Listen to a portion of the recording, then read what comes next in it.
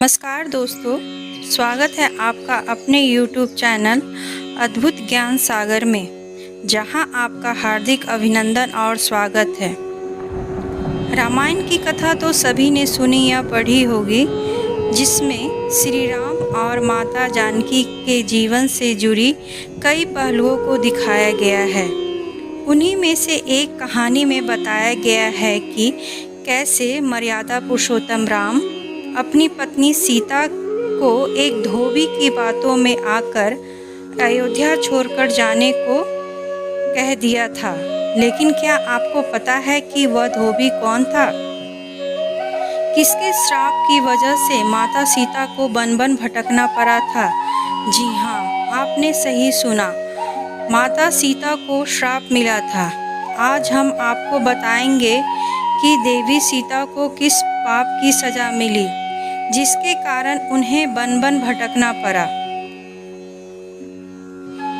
मिथिला नगरी में जनक राजवंश राज करता था। उन्हीं में से एक राजा श्रीध्वज थे। एक बार यज्ञ के लिए वे जमीन जोत रहे थे।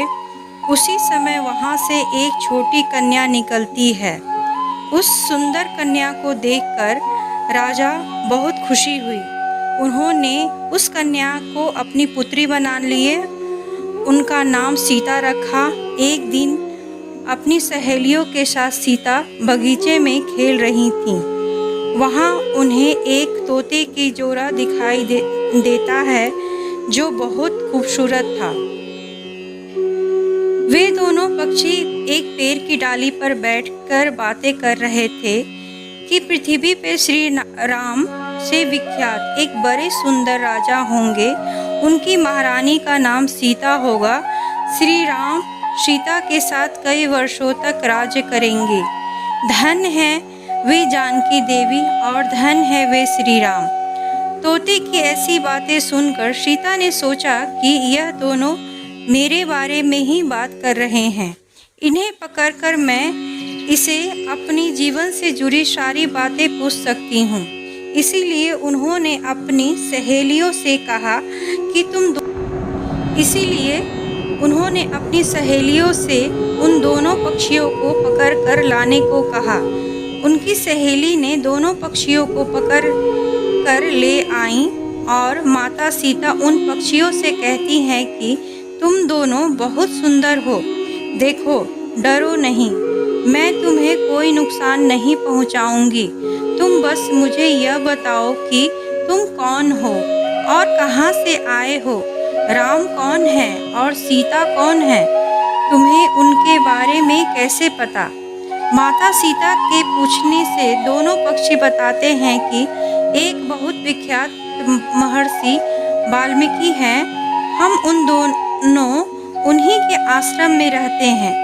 महर्षि ने रामायण नाम का एक ग्रंथ लिखा है, जिसका पाठ उन्होंने अपने शिष्य को भी कराया है। उन पक्षियों ने सीता को यह भी बताया कि इस ग्रंथ में महर्षि वाल्मीकि ने बताया है कि महर्षि ऋष्यशृंग के द्वारा किए गए उत्कृष्ट यज्ञ से प्रसन्न होकर भगवान विष्णु राम, लक्ष्मण,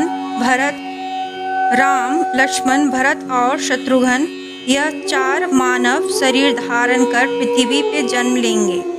बड़े होकर श्री राम महर्षि विश्वामित्र और अपने छोटे भाई लक्ष्मण के साथ हाथ में धनुष लिए मिथिला आएंगे और शिव जी को धनुष तोड़कर सीता से विवाह करेंगे। फिर उसी पक्षी के जोड़े ने कहा, हे सुंदरी, हमने तुम्हें सब कुछ बता दिया है, अब हमें छोड़ दो, हम जाना चाहते हैं। पक्षियों की बातें सुनकर माता सीता के मन में और भी बातें जानने की इच्छा हुई। उन्होंने उन पक्षियों से पूछा कि राम कहाँ होंगे, वे किसके पुत्र हैं, कैसे वह मिथिला आकर जानकी से विवाह करेंगे।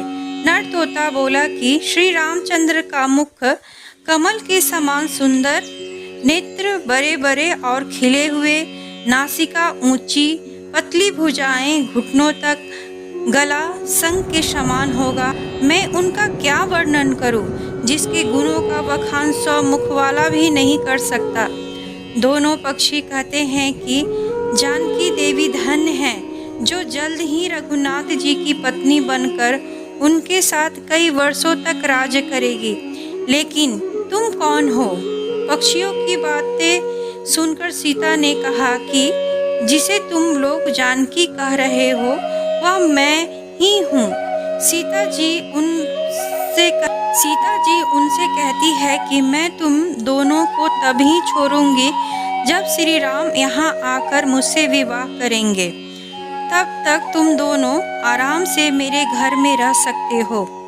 यह सुनकर माता तोता जानकी से कहती हैं कि हम वन के पक्षी हैं, हमें घर में सुख नहीं मिलेगा।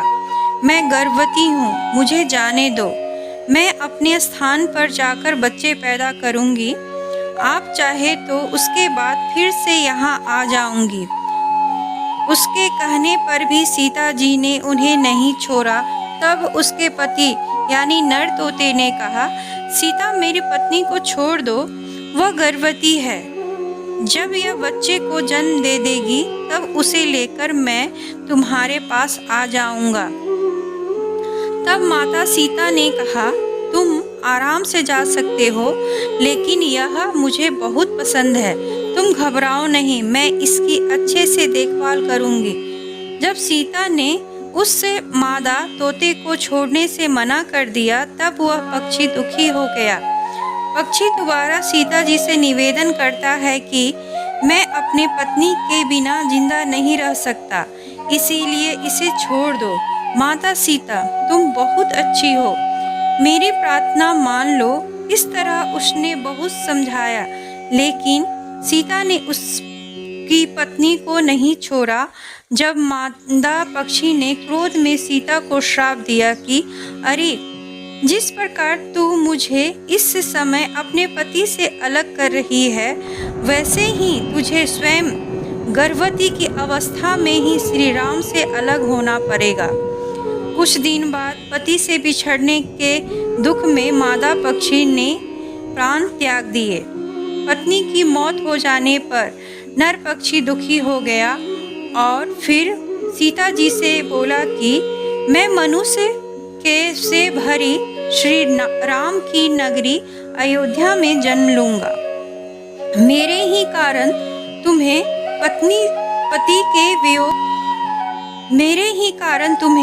पति के वियोग का दुख उठाना पड़ेगा।